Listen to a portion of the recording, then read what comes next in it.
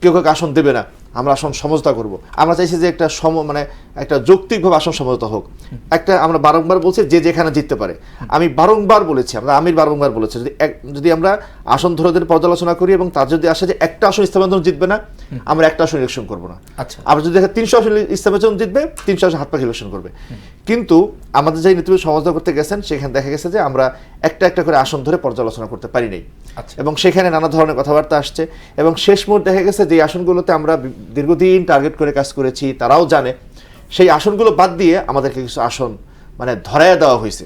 আসলে আমাদের কথাটা এমন ছিল না, ওনারা বারংবার আমরা বারংবার বলছি কেউ কাউকে আসন দেবে না, আমরা আসন সমঝোতা করব। তো এই 3টা কারণ মিলাইয়া আমরা, এবং ওইটা বারংবার তাদের সাথে আলোচনা হয়েছে। আর একটা বিষয় খুব মারাত্মক ভাই, গুরুত্বপূর্ণ, সেটা হলো যে বিভিন্ন রাষ্ট্রদূতদের সাথে তিনি দেখা করেন, জামাত ইসলাম দেখা করেন। এখন আমাদের প্ল্যান কি? আমরা সমঝোতা করছি আমরা মিলে সরকার গঠন করব, সেই নিয়ত তো আমাদের। সরকার গঠন করলে বহির্বিশ্বের সাথে আমাদের সম্পর্ক কি হবে, আমাদের জোটটাকে আমরা কি করে প্রেজেন্ট করছি, এগুলো জোটের অন্য যারা সহযোগী তাদের সাথে আলোচনা করা দরকার। তো অন্তত তাদেরকে তো ইনফর্ম করা দরকার।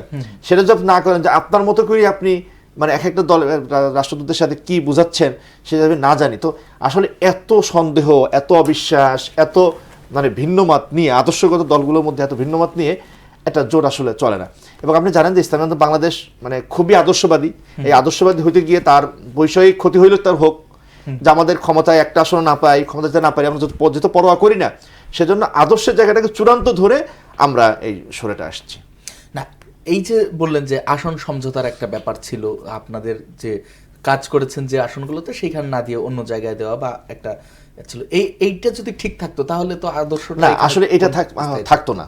ধরেন ফাটল তো আর একদিন তৈরি হয় না, আর সামাজিক একটা বন্ধন বা সামাজিক একটা ভাঙন এটা একটা কারণে হয় না, অনেকগুলো কারণ নিয়ে হয়। ধরেন আগেরগুলো সব যদি ঠিক থাকতো তাহলে আসন নিয়ে একদম ঠিক আছে, এই নির্বাচন না হলে আমরা একটু খারাপ হইলাম আমরা থেকে যাই।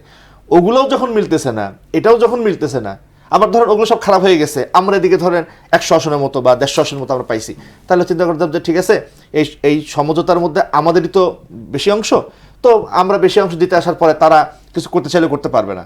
তো সেটা হইতো যখন সবগুলোই নেতিবাচক ধারায় প্রবাহিত হইলো, তখন আর একটি গুঞ্জন বাজারে ছড়িয়েছে যে আপনাদের যে নায়েবে আমির তিনি যদি আপনারা ক্ষমতায় যান তাহলে প্রধানমন্ত্রী হবার ইচ্ছে পোষণ করছিলেন। এই জায়গাটা আমাদের আমির তিনি কোথাও নির্বাচন করেন নাই এবং আমাদের নায়েবে আমির এটা হইতেন না, কারণ জানেন তাদের প্রধান পরিচয় হলো পীর। বাংলাদেশের পীররা হলো প্রায় সব অর্থ সার্বজনীন। তিনি আওয়ামী লীগের লোকেরও পীর, বিএনপি লোকেরও পীর। তো তিনি আসলে প্রধানমন্ত্রীর দায়িত্ব কখনোই নিতেন না। এবং আমাদের ইসলামের ইতিহাসও বলে আমাদের যারা ওলামা ইকরাম ছিলেন, স্কলার ছিলেন, তারা কোথাও মূল দায়িত্ব নিতেন না, তারা একটা দায়িত্বে পারাদন তৈরি করতেন, সমর্থন তৈরি করতেন। তো সেটা আমাদের আমির নায়েব আমিরের এসবটা কোনোদিনই নাই। জি, ধন্যবাদ আপনাকে পরিষ্কার করবার জন্য।